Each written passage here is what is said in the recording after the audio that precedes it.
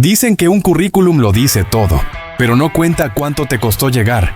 No habla de las veces que te levantaste, cuando nadie te vio. En Desde mi CV no hablamos de títulos, hablamos de historias reales, de personas que transforman límites en impulso.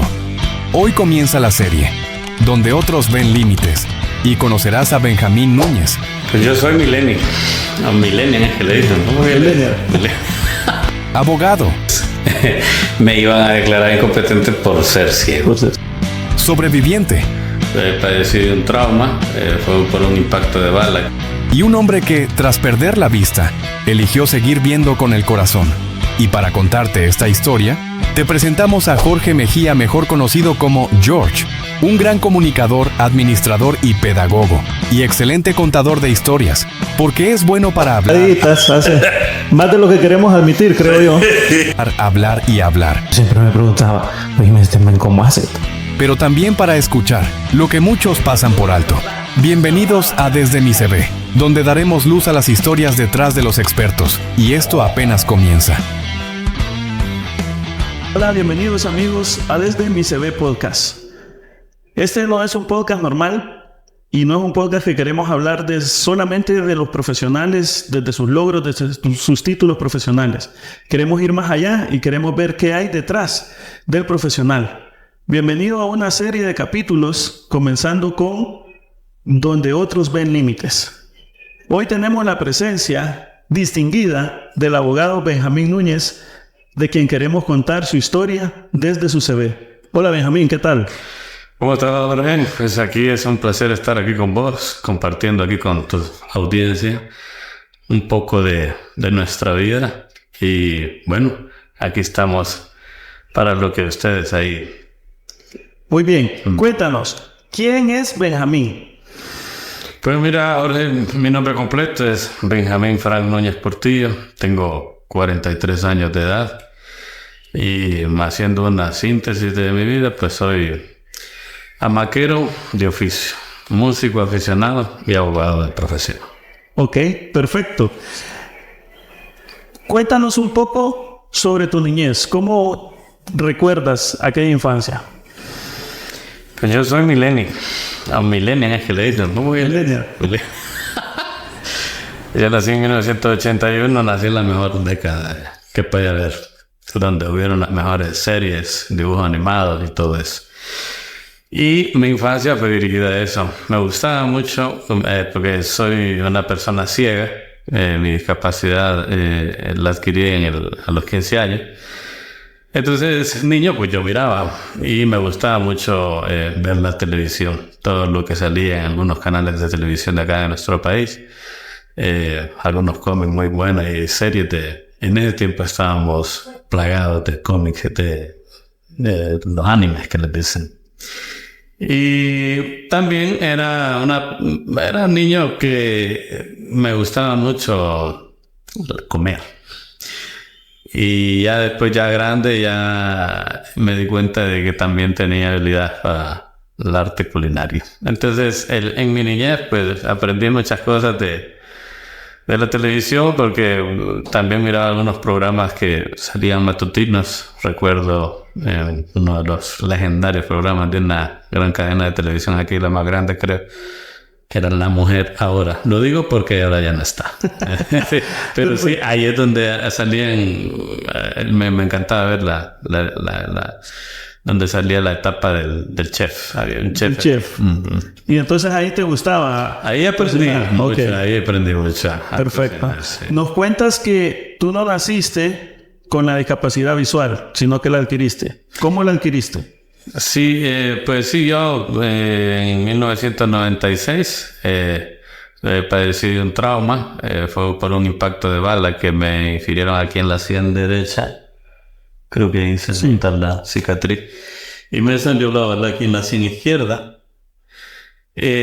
Mucha gente dice, pues es que parece que viera, pero no, en realidad lo que hizo la bala fue que como que le corté el alambre a un bombillo, entonces ya no pasa luz, y eso fue lo que hizo la bala, a pesar de que este ojo pues me haya quedado bien, pero si enfocan bien, ven que la pupila está dilatada. Y cuando la pupila está dilatada es que no tiene percepción de luz. Okay. Entonces fue a raíz de eso que quedé ciego total en 1996. ¿Y cómo pudiste vivir con eso? Cuéntanos de una persona que miraba, que me imagino que jugaba potra en la calle, que cocinaba, que le gustaba ver cómics, muñequitos, y después vivir esa experiencia. ¿Cómo fue para vos ese cambio, o sea, inmediato de vida? Pues sí, fue un cambio radical, fue un cambio de 180 grados, ¿verdad? Y lo que sí me apoyó mucho fue que he nacido en un hogar donde estaban la figura materna y paterna. Mis padres me ayudaron mucho, mis hermanos.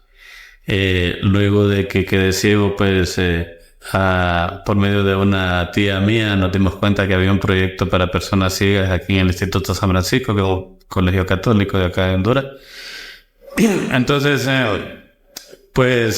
hablamos mi familia habló con el rector de ahí, que en ese momento era un sacerdote salvadoreño, franciscano. Su nombre era Donaldo Salazar, porque ya falleció. Entonces, cuando nos entrevistamos con él, pues nos dijo que sí podíamos incorporarnos al estudio, pero como estaba recién mi accidente, fue en noviembre, un 20 de noviembre, a las 3:30 del 1996. Entonces, después de eso, pues, como siempre he sido una persona que me ha gustado siempre estar aprendiendo cosas, me aburro rápido, solo estar en lo mismo. Entonces, en el mes de diciembre ya me consiguieron una persona ciega que me instruyó en el sistema Braille, que es el sistema que utilizan las personas ciegas para poderse comunicar, para poder leer y escribir. Luego pasé el sacerdote que les digo, Donaldo Salazar, me dio dos opciones.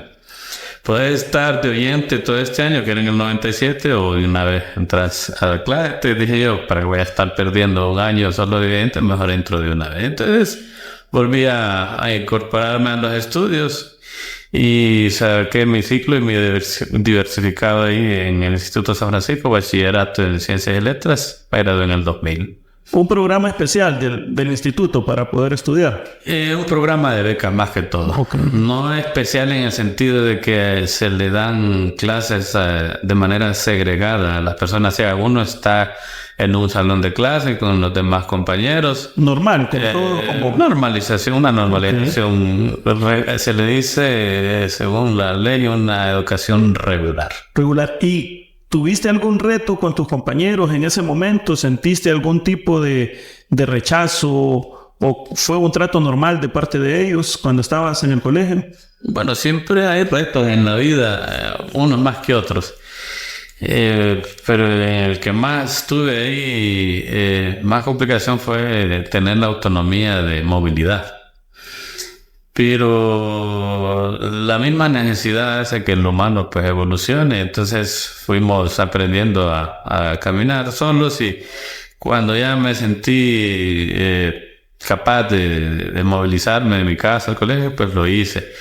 Mis compañeros, pues no es justificarlo, bueno, la generalidad es buena, pero siempre hay uno que otro ahí que es un poco malandrín, pero eso de repente lo justifico por la falta de información de cómo tratar a una persona con discapacidad. En ese tiempo pues todavía, bueno, ahora todavía, pero antes era más el hermetismo para que incluyeran a las personas con discapacidad en el sector de educación, laboral y todo eso. Pero con todo ello pues fuimos avanzando, cursando nuestros grados y al final pues graduándonos, recibiéndonos de bachiller en ciencias y letras, otras que otros compañeros no pudieron hacer. Ok. ¿Y cuando saliste del colegio ya tenías claro que querías estudiar Derecho, o cómo nace el deseo de ser abogado?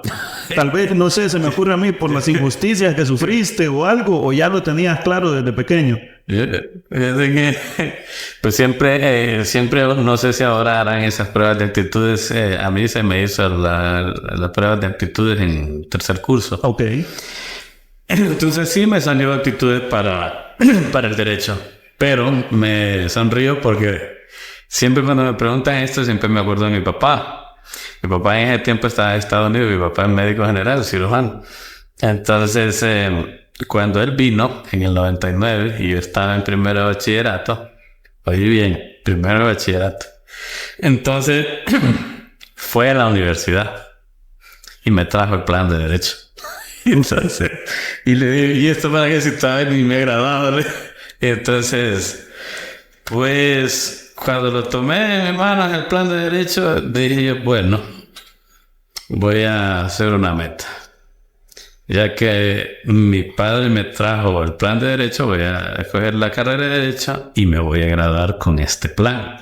Okay. Y aún al día de hoy, cuando hablo con este plan, el papel que me llevó. Okay. Entonces, y cuando me gradué, pues se lo mostré y el papel ya estaba amarillento, las letras borrosas, y yo iba marcando con un asterisco cada clase que iba cursando, y bueno, con ese plan me gradué. ¿Ese plan te lo trajo, era un método braille también o normal? O sea, No, normal, impreso. ¿Y la universidad estaba preparada para recibirte cuando fuiste? Contanos cómo fue ese reto también, porque me imagino que si el colegio fue un reto grande cuando empezaste, la universidad no me quiero imaginar. Pues como te digo, que en todas las etapas de uno siempre hay retos. Yo entré después en el 2001 a la universidad. Me encontré con un programa que en ese tiempo se llamaba Servicio a Estudiantes con Discapacidad, que lo rectoraba la doctora María Elena Herrera. Y la otra persona era Flora Girón, más otros voluntarios que había. Ese programa estaba, no sé si te acordabas no sé qué nomenclatura ahora le dan, pero es donde estaba el 4A, en la parte de abajo, el que está enfrente de donde estaba el centro comercial. Donde estaban las tajaditas famosas con salsa. Ay. ¿Comías tajaditas todos los días, vos? ¿Quién no comió de las tajadas? Claro que sí. De hecho, ya son buenas amigas todavía siempre. Okay. Entonces, cuando entramos ahí, a veces las barreras arquitectónicas no es lo difícil. A veces es la barrera mental de algunos catedráticos. De los que tuve, hubo una persona que sí tuve que, en aquel tiempo, lo que es ahora BOAE, antes se llamaba Dirección Estudiantil, la DIDE. La DIDE, sí. Entonces, tuve que requerirla a través de la DIDE porque en ese tiempo nosotros era semestral. Sí. Entonces hacíamos exámenes cada 2 meses, bimestral. Entonces ya íbamos terminando ya el semestre y yo no me habían evaluado. Entonces, y porque no quería, porque yo ya había interpelado a la catedrática, porque era una mujer, y le había dicho, entonces sentí que no era accesible, entonces, bueno, entonces... ¿Y cómo era ese reto? En tus clases, digamos, vos no podías copiar. ¿Grababas o cómo hacías? Sí copiaba. Ajá. Bueno, utilizaba las dos formas. Cuando las clases eran así más de dictado, escribía, pero cuando era ya más como de ser más expositivo, entonces grababa. Ok. Sí, entonces ahí... No estaban listos. Algunos, sí, como te digo, hay algunas personas que ya lo traen de tener esa apertura. Entonces hay otros que carecen de eso. Entonces, para eso están las instituciones y las autoridades, para que puedan ponerlos en línea. Entonces, esa vez la requerí y se enojó mucho porque... ¿Pero no te aplazó? Pues fíjate que desafortunadamente yo deserté de la clase. Ok. Pero no por tenerle miedo a la maestra ni por no saber, sino porque yo sabía que ya estaba predispuesta. Y no me iba a someter en derecho le decimos, a un jus quebrantum, sabiendo de que la señora me iba a sacar preguntas rebuscadas. Entonces no. Ese juicio ya estaba dictaminado, solo faltaba llevarlo a cabo, decís vos. Más o menos. Entonces de ahí volví a matricularla con otra persona que se suponía que era, bueno, había unos términos coloquiales en el estudiante, le decíamos, era más yuca, era más duro, pero la pasé tranquilo. Okay. La pasé con muy buena nota, entonces... Eso te sirvió de experiencia, pues.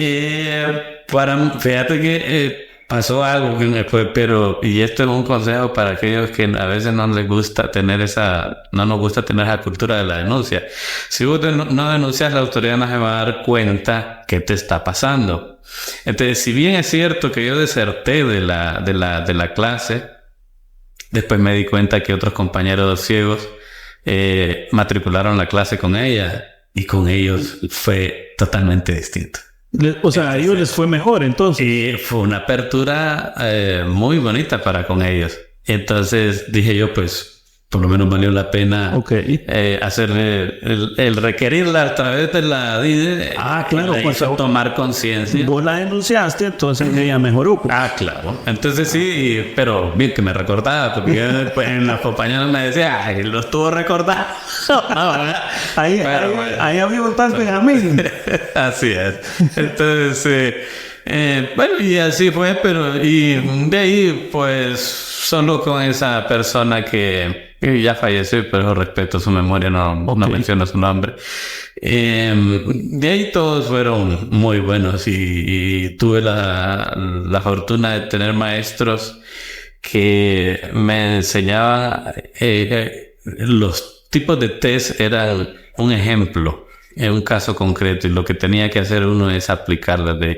Entonces ellos nos decían, aquí les vamos a enseñar hermenéutica jurídica, interpretar la ley, porque eso es lo que les va a dar de comer en la calle. Y así fue. Contame una cosa, Benjamín. Yo siempre me he preguntado, porque yo te conozco desde que estábamos en la universidad, ¿verdad? Ya vamos a hablar un poquito de ese tema. ¿Verdad? Ya estás así. Más de lo que queremos admitir, creo yo. Pero yo me acuerdo, pues, o sea, yo me acuerdo que vos me agarrabas el brazo, yo te llevaba al bus, ¿verdad? Sí. Y vos me decías, ¿de qué es este billete? ¿De cuánto es este billete? Y yo siempre me preguntaba, oye, este men, ¿cómo hace? O sea, agarro un bus, yo le dije, este billete es de 20, de 5, ¿cómo sabe dónde se va a bajar? ¿Cómo sabe? O sea, ¿qué onda ahí? O sea... Sí, claro. ¿No querés contar bien, o sea, cuál es ese reto, pues? Sí, fíjate que, tuve, digamos, si se quiere decir, un poco la fortuna de tener la visión en cierta etapa de mi vida, y que era muy andariego en mi tiempo de adolescencia, y conocí mucho la capital. Entonces tenía como un esquema. Obviamente algunos lados no los conocía, pero tuve maestros de movilidad que me enseñaron algunos tips para poderme mover mejor en la calle. Así es, como detectar algunas cosas que están de frente o algo así. Siempre hay cuestiones que pasan. Eso tampoco le voy a venir a echar un cuento acá que nunca me he caído. Claro que sí. Una vez me fui a un drenaje, pero no por impericia mía, sino que esto yo siempre lo digo, porque yo creo que es para que tomen conciencia de la gente que extrae los drenajes de hierro. No saben. Es buen negocio ese. Pero no saben, si se puede decir, claro, el delito que está cometiendo, porque imagínate que un drenaje que no tenía la tapadera de hierro, claro, porque la habían robado. Y que vos anteriormente sabías que ahí estaba. Y entonces, desafortunadamente, pero eso me pasó cuando ya estaba graduado, iba para los juzgados de ejecución penal, ahí por Banadesa. Entonces llevaba una audiencia yo. Y yo iba pues bien cambiado, pero nunca me esperé yo que el drenaje estuviera así. Entonces Pero la misma inercia de uno, cuando supe que iba para abajo, abrí los brazos y extendí los brazos, quedé así.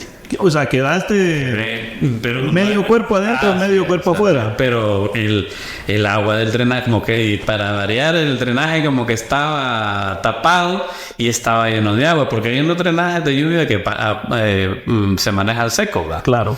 Ese no hay, vos sabes el tipo de agua que había ahí. Esto ni me fui hasta aquí. Y llegaste a la audiencia, vos así. Sí, fíjate que no, de ahí me excusé, hablé por teléfono a uno de los secretarios que me tocaba ahí, entonces, y le dije el percance que había tenido y que si pudiera prorrogar la audiencia por una libertad condicional. Ok.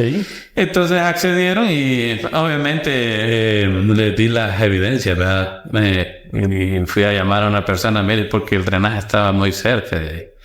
Y vi que habían puesto una llanta ahí como un palo ahí, pero eso fue uno de los negocios adyacentes que lo hizo, que como él no tiene la responsabilidad de hacerlo, pero de buen samaritano lo hizo para que no volviera a caer ahí. Pero como te digo, a veces la gente que extrae este tipo de cosas no sabe la dimensión, el problema que a uno le provocan en el extraer. Yo sé que uno se tiene que ganar la vida, pero el ganarse la vida mal habido, porque si usted extrae algo que no es mala vida, entonces ese dinero se va como el agua también. Entonces, y más que el problema que a uno que le genera. Y o sea, esa persona que se llevó esa tapadera no se imaginó que vos ibas a caer ahí. No pensó en todo eso, tenés razón. Así es. Oíme, una cosa, te voy a hacer 2 preguntas y la segunda depende de la primera. ¿Cómo? Porque siempre es el reto. ¿Cómo se les tiene que llamar? ¿Cómo se les tiene que decir? Porque a veces uno dice, con condición especial, es que no, con discapacidad, ¿qué es lo correcto? Porque uno siempre tiene aquel como el miedito y a veces uno pone el límite y a veces creo que uno mismo provoca ese problema. Bueno, antes de contestarte me voy a tomar un poquito de café. Dale. ¿Viste? Para... Pues mira, hay ciertas perspectivas, pero como abogado te lo voy a decir, hay un término legal, que hay una ley que regula nuestros derechos, que es el decreto 160/2005, se llama la Ley de Equidad y Desarrollo Integral para las Personas con Discapacidad. Entonces el nombre está implícito ahí, persona con discapacidad. Ok. Ese es el término. Ahora, que hay diversidad de discapacidades, sí. En mi caso, una discapacidad visual, pero no me molesto si me dice la persona, si las personas me dicen que soy una persona ciega. Lo que molesta a veces es la connotación con que se la dices. Okay. El tono en que se lo decís, porque hay un tono que ya es peyorativo. Pero no hay discapacidad visual en este caso. Discapacidad visual. A uno les dicen, otras personas utilizan el no vidente, otras invidente. Pero indistintamente, pues, con tal que no lleve el tono peyorativo, pues, por persona ciega basta y sobra, ¿no? Ok.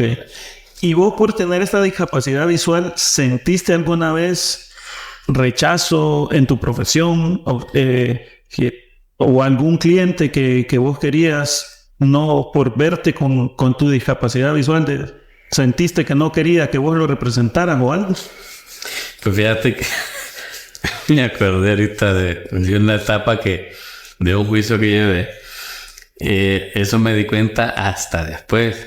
No me di cuenta durante el juicio. Era un juicio porque siempre los clientes que me han llegado siempre han sido por lo general inocentes. Y aquí es complicado defender a un inocente porque todo el engranaje de investigación lo tiene el Ministerio Público. Y uno tiene que defender a las personas a veces a puros documentos. Entonces, recuerdo yo ese juicio era por extorsión. Entonces, hay una audiencia previa al juicio oral que se le llama la audiencia de proposición de pruebas. Ahí es donde uno oferta los medios de prueba con los que vas a defender a tu cliente durante el juicio.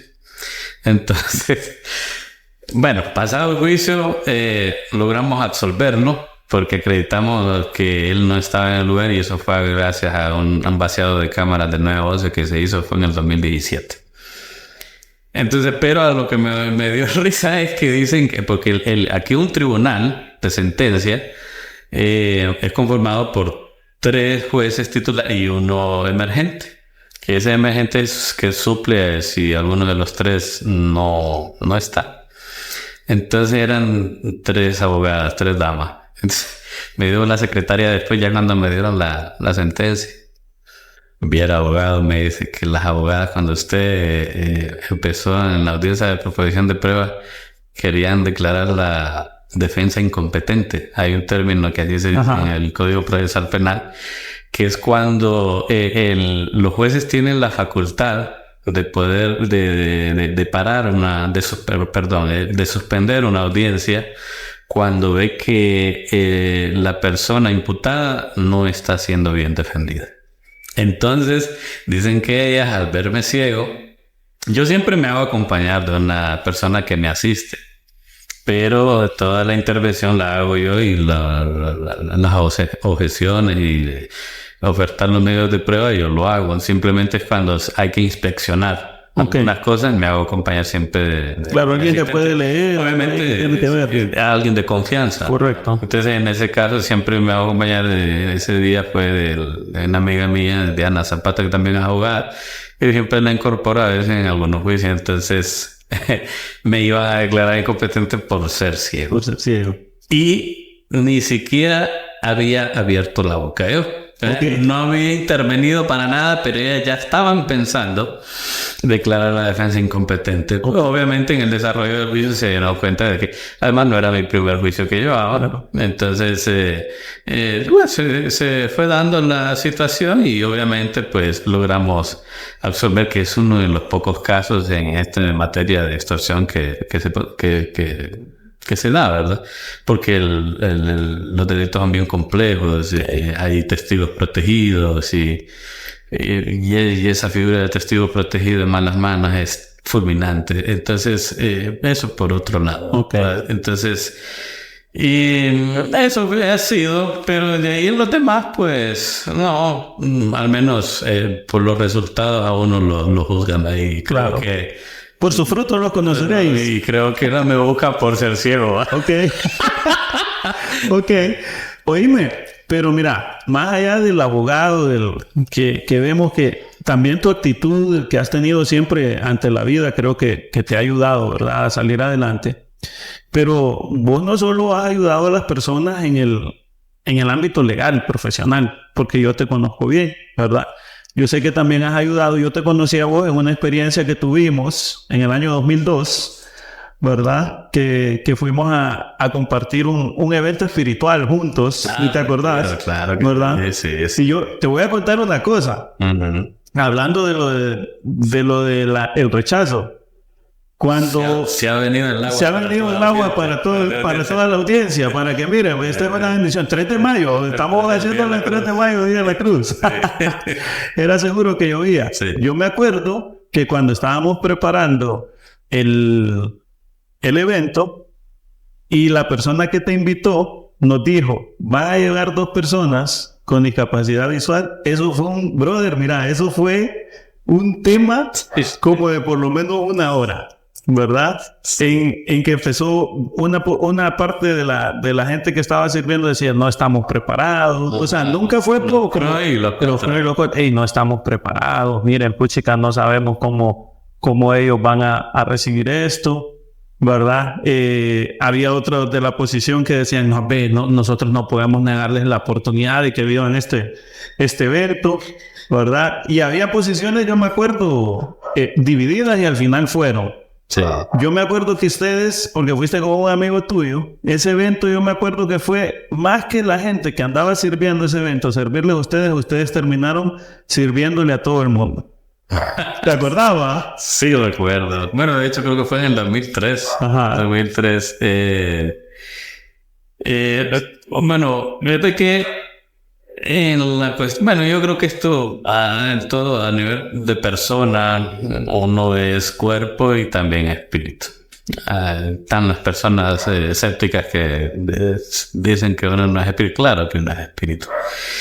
Desde luego, para manejar una situación hay que tener una espiritualidad profunda. Claro. Sí, entonces, y una de las cosas que me ha sostenido, además de que nací en un hogar donde había donde hay una figura paterna y materna, que es importantísimo. Y esto es un llamado para aquellas personas que a veces disuelven sus matrimonios o que no quieren tener una responsabilidad. Entonces, la figura paterna y materna es algo muy fundamental en un niño, porque hay amor y rigor, porque no se puede solo andar por la vida sin ser disciplinado. Pues entonces, esa vez, recuerdo que se me pusieron 1000 dificultades para ir. Para llegar ahí al evento. De todo, y fíjate que porque mi papá en ese tiempo estaba en una etapa de alcoholismo muy fuerte. Ok. Entonces siempre el mayor que yo había quedado, pues somos 5 hermanos, pero el que había quedado mayor era yo. Entonces siempre los fines de semana, pues yo no hacía nada porque yo sabía que mi papá iba a beber, entonces había que estarlo controlando porque llegaba a ser relajo. Bueno, la historia así, sin fin de una persona alcohólica. Claro. Mira, eso fue impactante para nosotros. Yo me acuerdo que la primera noche se prendió una fogata y Marco agarró una guitarra, estaba ahí, sí, y vos sacaste unos marshmallows ahí. Es cierto. Entonces, oíme, ustedes llevaron la noche, brother. Sí.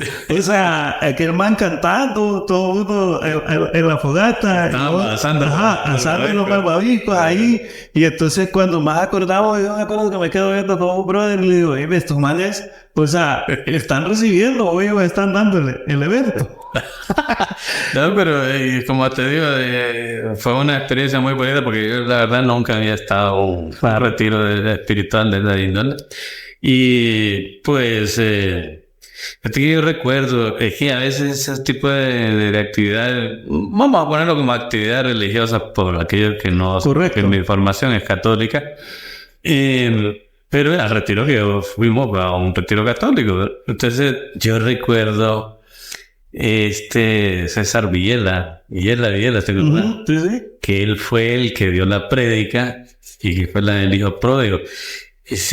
Cuando él empezó a dar su testimonio de vida, yo me estaba como que me estaba viendo al espejo. Ok.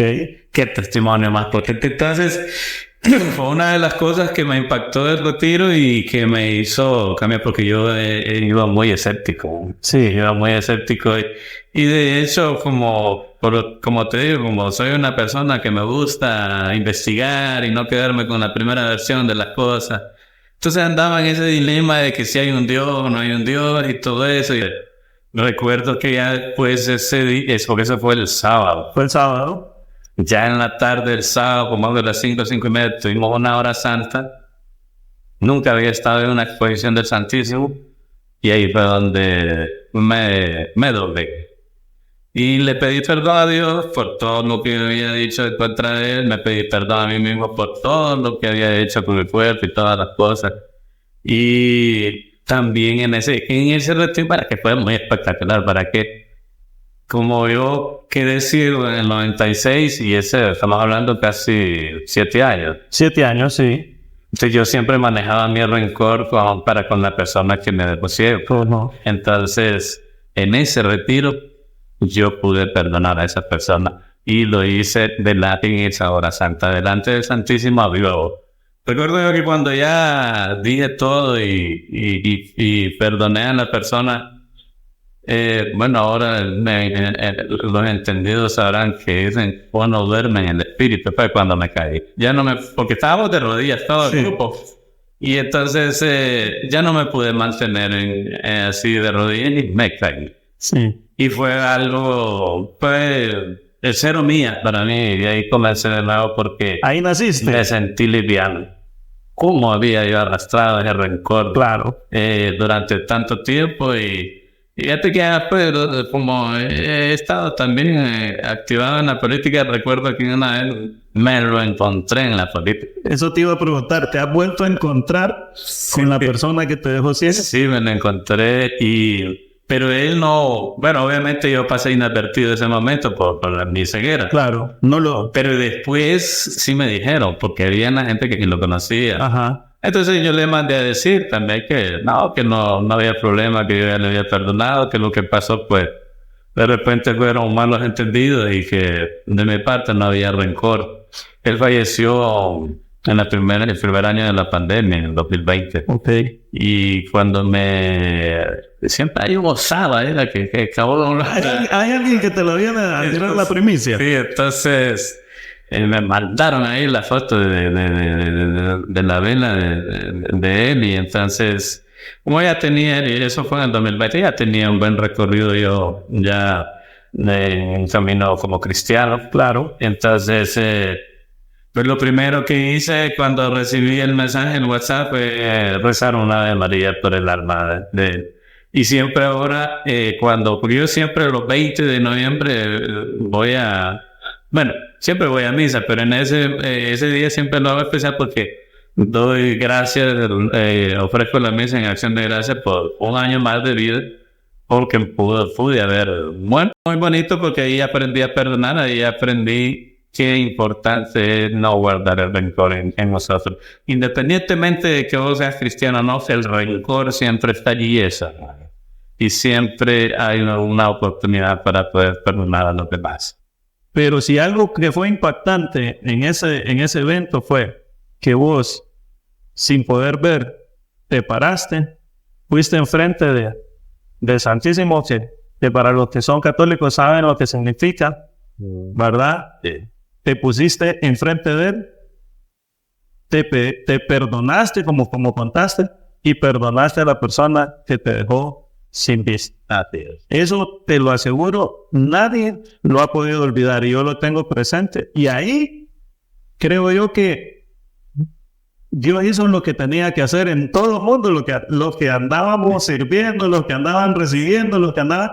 O sea, eso fue tan importante porque a veces nosotros, y vos lo dijiste ahorita, no hay que vivir con rencor y a veces nosotros no podemos perdonar algo, pero una cosita pues, o sea, como que aquel me levantó un falso. Así es. Y nos dejamos de hablar, lo odiamos toda la vida y vos fuiste capaz de perdonar a la persona que te dejó sin vista. Eso te lo digo y fíjate que nunca te lo había dicho. Pero gracias, brother. Gracias por eso que... No, gracias a ustedes. Por esa lección que nos diste en ese momento y que nos seguís dando. Y yo me acuerdo que vos en ese evento andabas, me acuerdo, unas calaveras y como vos decís, andabas rebelde. Andabas rebelde en ese momento, andabas unas calaveras y todo. Y entonces, bueno, se dio el evento y después te vimos 4 días después, ya, con el pelo cortado. Ya habías cortado el pelo, con un pantalón. Fíjate, te voy a decir, yo no sé, yo te voy a decir cómo llegaste. Llegaste con el pelo cortado, un pantalón docker, unos zapatitos café, una faja café y una camisa polo blanca. Y cuando todo el mundo te vio, oíme, es que fue impactante. Y te voy a decir una cosa. Y por eso hoy estamos aquí hablando. Es que desde ahí yo te aseguro que vos no has dejado de impactar la vida mía, de la gente que te rodea, de la gente que te conoce, porque vos estuviste con nosotros un tiempo ahí sirviendo, pero después vos seguiste tu propio camino y seguiste tu propia misión. Contanos un poquito de esa parte, pues, o sea, ya hablamos de la parte profesional, de la parte... ¿verdad? Pero contanos esa parte, o sea, lo que vos has hecho por las demás personas, tu misión personal de vida, aparte de como abogado, ¿verdad? Que has ido ayudando a otra gente. Contanos cómo ha sido eso. Me imagino que nace después de ese evento. Pues fíjate que después de ese evento, pues lo que uno quiere es servir donde ha nacido. Correcto. Como lo que le pasó a los apóstoles. Solo predicaban en Jerusalén. Tuvo que llegar Pablo para que ya los gentiles tuvieran la apertura, ¿verdad? Que los apóstoles fueran a predicar a los gentiles. Entonces, yo recuerdo que yo quería servir ahí en MSU, pero pues no era mi visión ahí. Entonces, después siempre me mantuve así, formándome con artículos, escuchando radio, porque en ese tiempo todavía el YouTube y el internet no estaba tan en boga. Nosotros somos antes de todo eso, papá. Entonces, pero sí, estaba en la radio, y entonces me empecé a instruir en algunas cosas y esperando el llamado. Eso sí estaba seguro que el Señor me iba a hacer el llamado a donde yo tenía que servir. Y entonces recuerdo que en el 2000, imagínate, desde el 2003, recuerdo que me invitaron en el 2007 a una asamblea de personas con discapacidad de un movimiento que también es de nada. Entonces, para no hacerte largo el cuento, bueno, ahí captamos la simpatía de los asambleístas y salimos electos como coordinador nacional del movimiento. Y ahí es donde empezó. Yo recuerdo que cuando me postularon, no es mentirte, pero yo creo que me estuve mis 2 o 3 minutos en pensar si aceptaba o no. Y todo el mundo, pero es que esto no es lo que yo quiero. Entonces, y después de razonar, bueno, señor, porque el Señor en realidad no prepara al que elige, no sé cómo es que maneja el término, pero prepara el que escoge, algo así. La gente ahí va a entender. Entonces, pues dije que sí. Y bueno, salimos electos con otro hermano que se llama Hernán Ortega, que ahora somos compadres.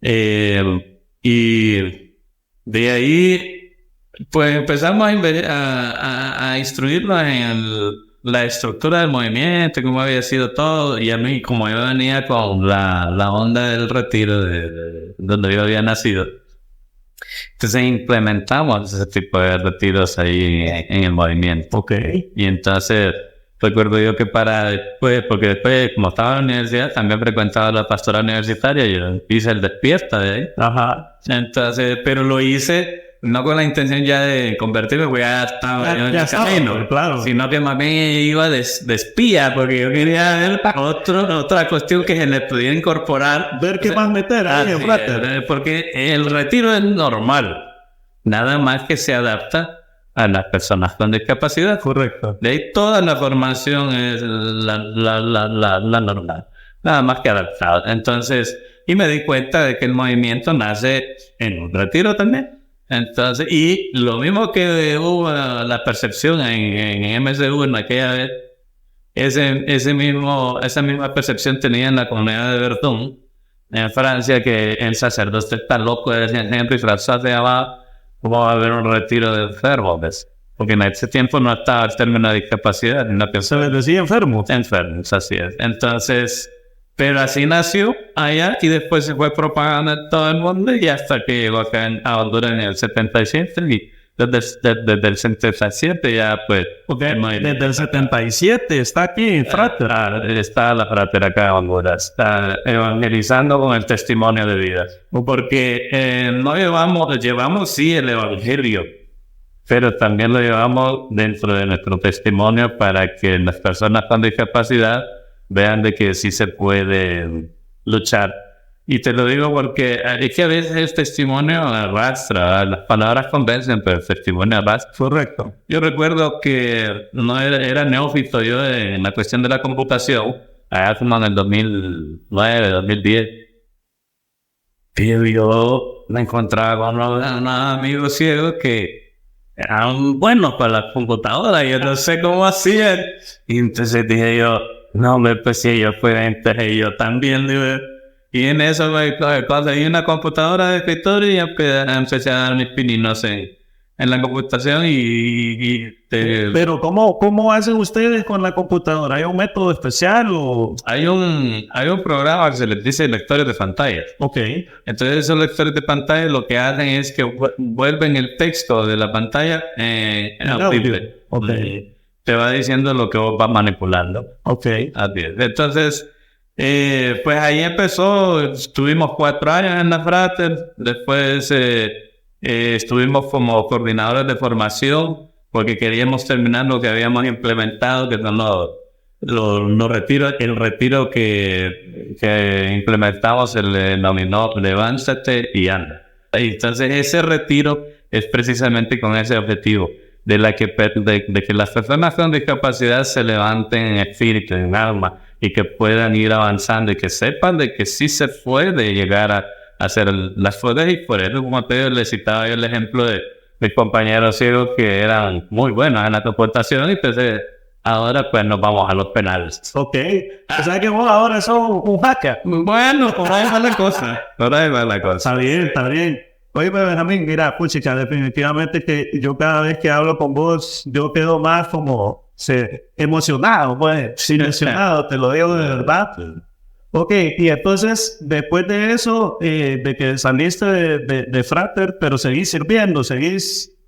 Pues fíjate que, bueno, ya después de que salí de coordinador de formación, también nos eligieron de coordinadores de área, porque como el movimiento a nivel mundial, Ajá. entonces el área 1 de América comprende desde México hasta Panamá y el Caribe.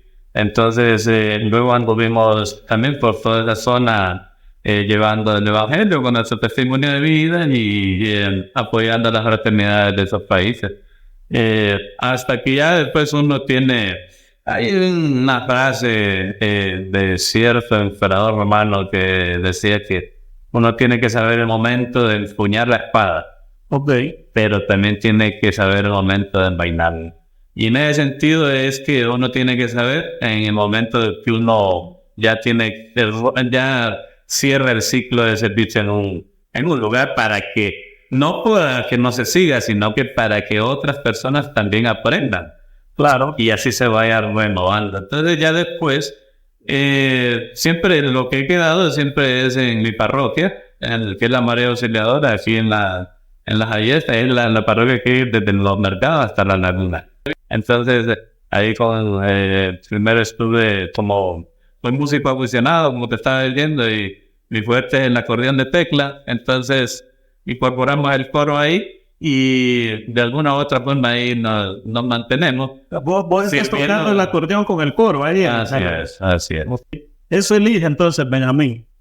Fíjate que me han hecho esa pregunta muchas veces para que la gente no vaya a interpretar mal. No soy feliz por ser ciego. Claro. De alguna manera he podido, y recuerdo yo una frase de una película que me caló cuando la escuché, porque no la pude ver, porque esa fue ya después del 2004 por acá. Hay un personaje en una película que le dice a otro, porque era un grupo de personas: infelizmente no podemos decidir bajo qué circunstancias nacer o quedar. Lo que sí podemos es decidir cómo enfrentar esa etapa o ese final de nuestra vida. Y desde luego hay que hacerlo con coraje, con hidalguía. Y esa frase la escuché en El Gladiador. Cuando Próximo, que era el que reclutaba a los gladiadores, les dijo que ellos estaban destinados a morir, pero tenían que enfrentarlo con el mayor valor, no como cobardes. Y eso impactó mucho en mí, y entonces, y es cierto, hay que enfrentar la vida como sea. Y pues soy feliz por lo que he logrado, que de alguna manera hemos apoyado a las personas a salir adelante. En mi gestión profesional pues he tenido la fortuna de que me han llegado casos que siempre son inocentes y de escasos recursos, entonces imagínate qué terrible. Claro. Y el engranaje aquí de la investigación, como te decía anteriormente, ahora la tiene el Ministerio Público, y pues hemos logrado pues salir avante y absolver a que los absuelvan a las personas estas que pues han sido inocentes y que de repente han estado en el lugar equivocado, en el momento equivocado, en la hora equivocada. Y entonces eso es lo que me hace sentir realizado. Correcto. ¿Ves tu profesión como un apostolado de vida, entonces? Así es. De alguna manera, pues, es que no quiero fanfarronear de la carrera, pero uno necesita abogado aquí en la tierra y en el cielo. Es la mejor carrera que puede haber. Y siempre cuando salgo de un juicio, porque he tenido también en mi, no fracaso, sino que mis sinsabores por algunas situaciones irregulares del sistema judicial de nuestro país. Claro. Pero siempre cuando salgo de un juicio, siempre nosotros tenemos un decálogo, el decálogo del abogado. Entonces, al salir de un juicio, uno tiene que olvidar, ya sea que haya absuelto a su cliente o que haya perdido el caso, para que esa carga no la pase llevando todo el tiempo, porque si no, olvídate. Y al final el decálogo decimos que esta carrera sea, así a grosso modo, no lo dije literal, ¿verdad? Sea para que cuando tu hijo te pida un consejo de qué estudiar, le digas con orgullo, sea vos. Benjamín, pues chica, muchas gracias, hombre, porque mira, yo pudiera estar aquí. Es más, yo creo que un capítulo no es suficiente para seguir, que vos no sigas iluminando definitivamente, ¿verdad? Pero yo estoy muy agradecido con vos por haber aceptado esta invitación, ¿verdad? Si alguien te quiere contratar, Benjamín. Tengo una sociedad mercantil que se dedica a asesorar de manera legal a las personas, también a una agencia de empleos en la misma, y venta de paquetes turísticos, y también el negocio de bienes raíces. Lo estamos emprendiendo hace 2 años. Entonces, mi número es 99-4280, de 5 a 7, porque es que de 8 a 4, pues yo estoy en el trabajo, y de 4 a 5, pues me traslado ahí a donde estoy ubicado, que es en el Boulevard del Norte, en el hotel. ¿Puedo decir? Claro. Hotel. Esto es podcast. Sí, no es televisión. En el Hotel Ángel, que contigo a Lares y compañía, en el cubículo 36, de 5 a 7, pues estamos ahí solo por cita.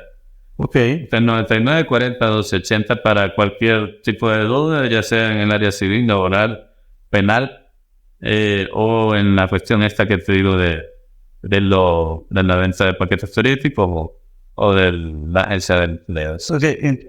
Por eso el título de esta serie es Donde otros ven límites. Así, vos no te has puesto límites.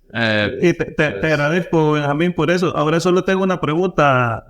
Sí. ¿Me quedó bien el café? No, claro.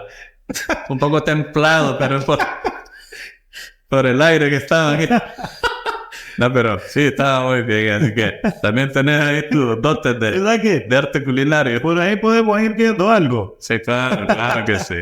No, hombre, Benjamín, muchísimas gracias por haber estado con nosotros. Yo estoy seguro de que vas a seguir iluminando vidas, como te dije hace un momento, y sabes lo que yo siempre voy a estar agradecido con vos, porque esa vez que compartimos hace más de 20... Hace un tiempo, 20 y pico, hace un tiempo, desde esa vez vos me enseñaste a no rendirme nunca, bro. Te lo digo y te lo digo aquí. Muchas gracias y te voy a estar agradecido siempre. Y estoy seguro que Benjamín va a seguir iluminando vidas desde su CV, ¿verdad? Bueno, y ya para ir finalizando, Benjamín, algo de lo que te sientas orgulloso, que vos digas, este logro lo hicimos. Pues ya te ahora que se me viene ahorita a la mente, recuerdo ahí una lucha que emprendimos con otros compañeros y compañeras con discapacidad en el tiempo de mi vida de estudiante universitario. Pues recuerdo que cuando entramos el tema de discapacidad era bien hermético para más que todos los catedráticos y sí para las autoridades en la cuestión de infraestructura y todo eso. Entonces emprendimos la lucha para realizar ciertas demandas para que se volviera accesible tanto en su infraestructura como en su personal, el alma mater. Hace mucho fui de nuevo ahí a la universidad para entregar una documentación de unos clientes. Y con mucha satisfacción percibí las rampas incorporadas en la entrada principal de la universidad para que puedan acceder las personas de silla de ruedas sin ningún problema. Los elevadores acondicionados ya en todos los edificios y eso pues de aquella lucha no pudimos poderla disfrutar, pero sí lo han disfrutado las personas que han venido. Y es un legado que dejaron. es un legado que dejamos con personas de coraje de aquel tiempo que nos unimos a hacer este tipo de demandas para que se nos cumpliera nuestros derechos como estudiantes. Pero en realidad la barrera más fuerte que se luchó fue la de los catedráticos, porque hay catedráticos que al ver a una persona con discapacidad, pues lo primero es se predisponen y cómo va a ser. Pero ahora hay ya jornadas de formación y de sensibilización para que ellos no estamos pidiendo, nunca pedimos que nos pasen, que nos regalen la nota. Simplemente demandamos que se nos diera una oportunidad para poder demostrar de que nosotros también podemos ser útiles y que pensamos.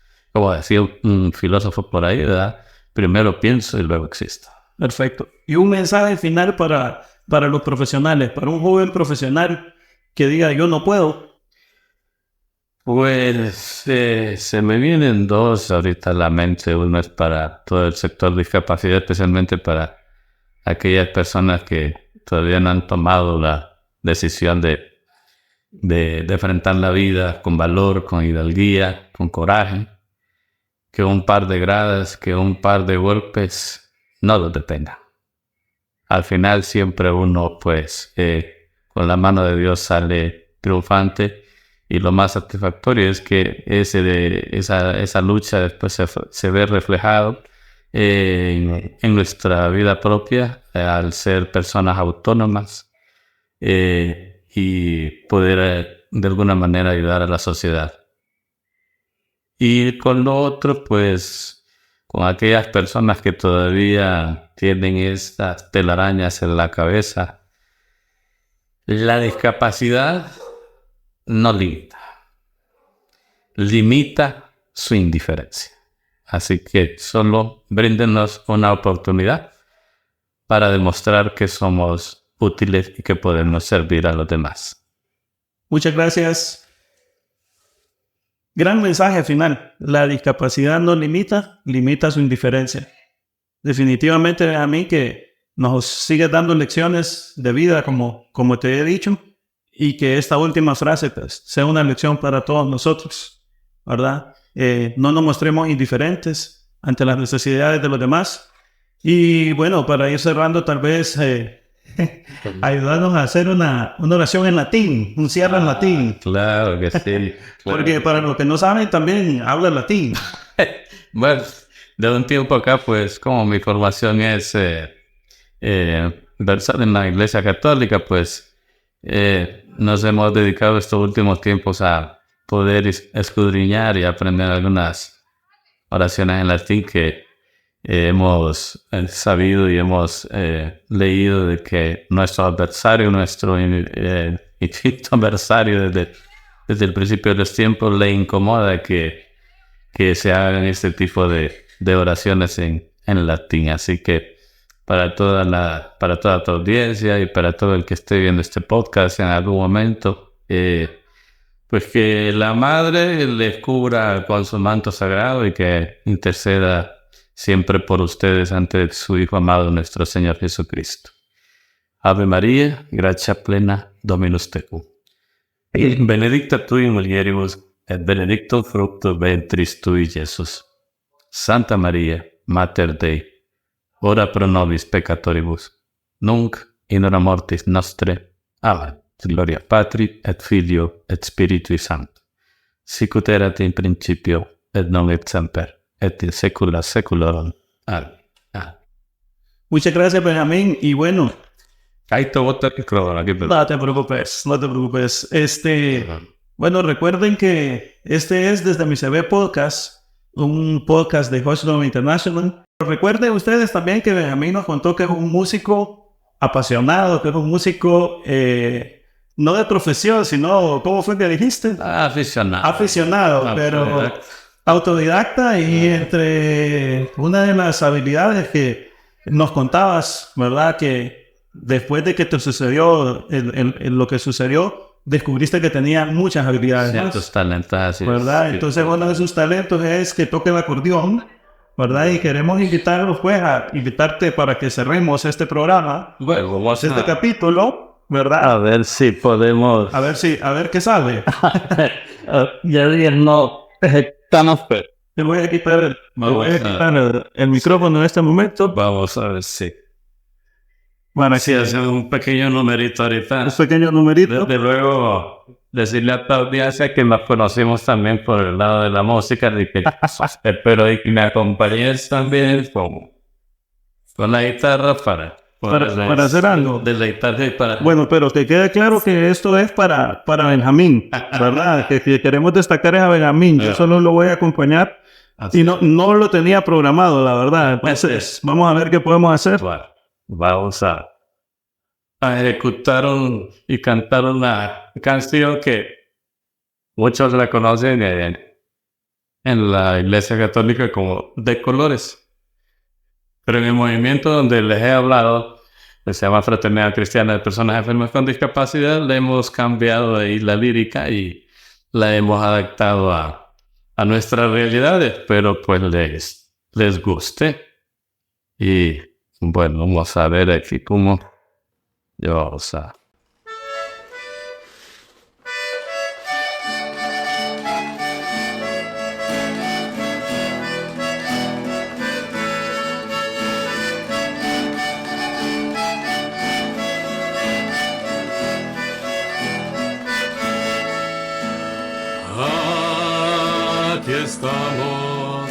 Aquí estamos todos reunidos en un corazón.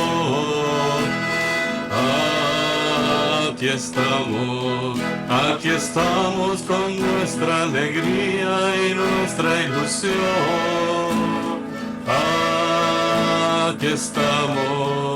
Aquí estamos para conocernos y amarnos mejor. Y por eso, queridos hermanos, cantamos el himno de fraternidad.